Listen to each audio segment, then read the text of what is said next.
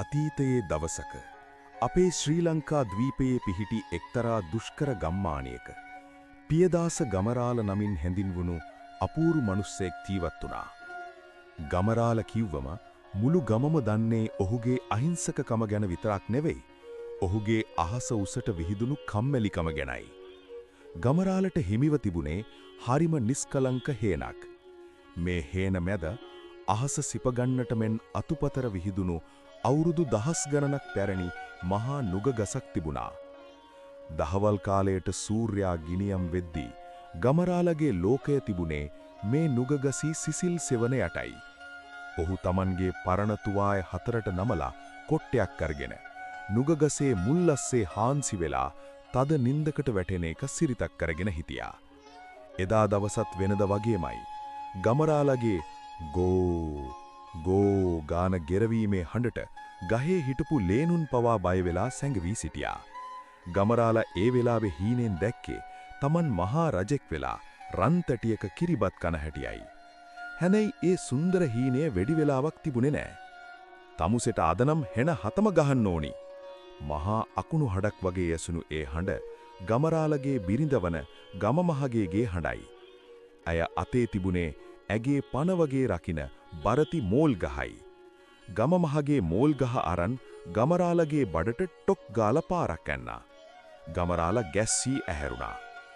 අම්මෝ හෙන ගැහුවෝ මහගේ මාව බේරගනින් කියලා ඔහු කෑ ගසුවා. හෙන ගැහුවේ නැහැ මිනිස්සයෝ, මමයි මේ. බලන්න වෙලාව.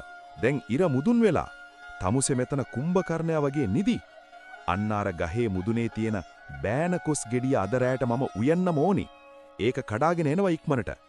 ගමමහගේ සැරකලා. ගමරාලා බයේ වෙවුලමින් නුග ගසට නගින්න පටන් ගත්තා. ඔහු අත්ෙන් අත්තට මාරු වෙද්දී ගසේ මැද හරියේ තිබුණු විශාල බෙනයක් දැක්කා. ඒ වටේට අමුතු නිල් පාට දුමාරයක් කැරකෙමින් තිබුණා. බෙනය ඇතුලේ මොකක් හරි දිලිසෙනවා දැකපු ගමරාලට කොස් ගෙඩිය අමතක වුණා. ඔහු හිතුවේ ඒකේ නිදානයක් තියෙනවා කියලා. ඔහු හෙමින් සැරේ බෙනය ඇතුළට අත දාලා එතන තිබුණු පරණ මැටි කලයක් එළියට ඇද්දා. ඒ එක්කම මුළු මහත් නුග ගසම දෙදරන්න පටන් ගත්තා. අහස කළු වුණා. පල්ලෙහා හිටපු ගමමහගේ බය වෙලා ගසට නැග්ගා. ඇය ගමරාලා ළඟට එනවාත් සමගම බෙනය ඇතුලෙන් මහා කළු කුහරයක් මතුවෙලා ඔවුන් දෙන්නවම ඇතුළට ඇදලා ගත්තා.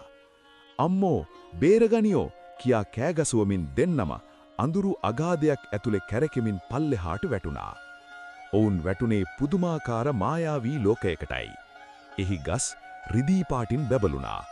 අහස තිබුණේ තද දම් පාටකිනුයි.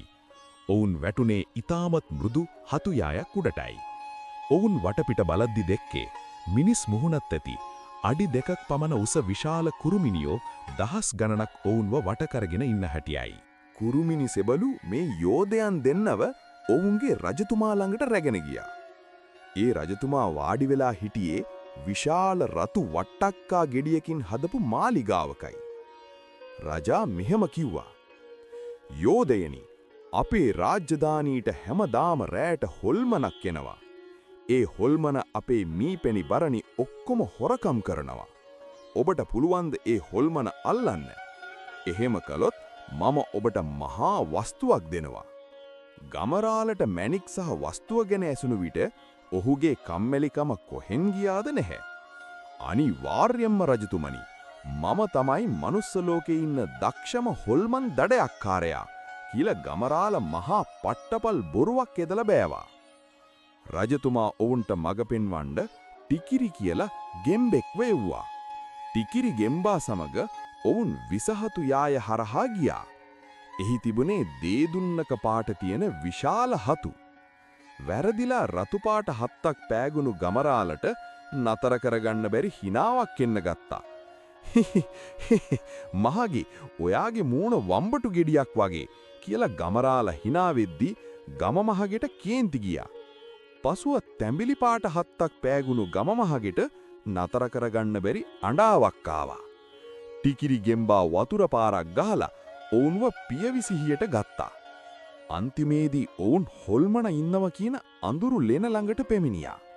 ලෙන ඇතුලෙන් මහා භයානක සද්දයක් ඇහුණා. "උහු, මට මීපැණි ඕනේ." ගමරාලා බයේ වෙවුලද්දී ගමමහගේ නිර්භීතව ලෙන ඇතුළට පැනලා හොල්මනගේ සුදුරෙද්දෙන් තදින් ඇද්දා. එතකොට එළියට ආවේ හොල්මනක් නෙවෙයි. ඔවුන්ගේ ගමේ හිටපු කපටි වෙදාලා. වෙදාලා මේ ලෝකෙට වැටිලා බඩගින්නට හොල්මනක් වගේ රඟපාලා මීපැණි හොරකම් කරලා තිබුණා. වෙදාලව අල්ලගත්ත විතරයි මාලිගාව පැත්තෙන් මහා දෙදරිමක් ඇහුණා. ටිකිරි ගෙම්බා කෑගැසුවා. අයියෝ සැබේ අනතුර ඇවිත් මහා කළු මකුළුවා මාලිගාවට පැනලා රජතුමා අනතුරේ. මාලිගාවට දිවගිය ගමරාලට පෙනුනේ භයානක දර්ශනයක්. අඩි 10ක් විතර උස කළු මකුළුවෙක් රජතුමාව තමන්ගේ දැලෙන් වෙලාගෙන. මකුළුවා ගොරෝසු හඩින් hina වුණා. අදින් පස්සේ මේ රාජධානිය මගේ. ගමරාල බයේ පැනල යන්න හැදුවත් ගමමහගේ ඔහුව නැවත්තුවා. ගමරාලෝ තමුසේගේ සාක්කුවේ තියෙන දුම්කොළ ටික ගින්දරට දානවා. ගමරාල බය බයේම දුම්කොළ ටික පන්දමකට දැම්මා. ඒත් එක්ටම මහා සැර ඇස් දැවිල්ල ගහන දුමක් මාලිගාව පුරා පෙතිරුණා. මකුළුවන්ට දුම දරා ගන්න බෑ. මකුළුවා හචිස් ගාමින් මහා ශබ්දයෙන් කිවිසුම් යවද්දී ගමමහගේ තමන්ගේ මෝල් ගහෙන් මකුළුවාගේ කකුල් වලට තලන්න පටන් ගත්තා. මකුළුවා බය වෙලා වනාන්තරය ඇතුළටම දිව්වා. කුරුමිනි රජතුමා නිදහස් වුණා. සතුටටපත් රජු මැණික්මලු 10ක් ඔවුන්ට තෑගි කළා. වෙදාලට දඬුවම් විදිහට පුවක් කපන්න නියම වුණා. පසුව රජතුමා ඔවුන්ට ගගනපලතුර ලබා දුන්නා. මේක කෑවම ඔබට පියාපත් ලැබෙනවා. ඒවායෙන් පියාබලා ආපහු ඔබේ ලෝකයට යන්න පුළුවන්. ගමරාලයි ගමමහගේ පළතුර කාලා අහසින් පියාබලා ඇවිත් තමන්ගේ නුගගස අසලට පාත් වුණා. බිමට වැටෙද්දී ඔවුන්ගේ පියාපත් අතුරුදන් වුණා. ගමරාල සාක්කුව බැලුවා. මැණික් ටික එහෙම්මම තියෙනවා. ඔවුන් දැන් ගමේ ඉන්න සල්ලිකාරම මිනිස්සු. හැබැයි එක දෙයක් විතරක් වෙනස් වුණේ නෑ. ගමරාල මැණික් ටික විකුණලා ලොකු වලව්වක් හැදුවත් ඔහු තවමත් අර නුගගස යට නිදාගන්න පුරුදු වෙලා හිටියා. ගමමහගේ තවමත් සෙරයි. මැණික් තිබුණ කියලා නිදාගන්න බෑ මිනිස්සයෝ. නැගිටිනවා දැම්ම. ගිහින් වලව්වේ වැඩ ටික බලනවා.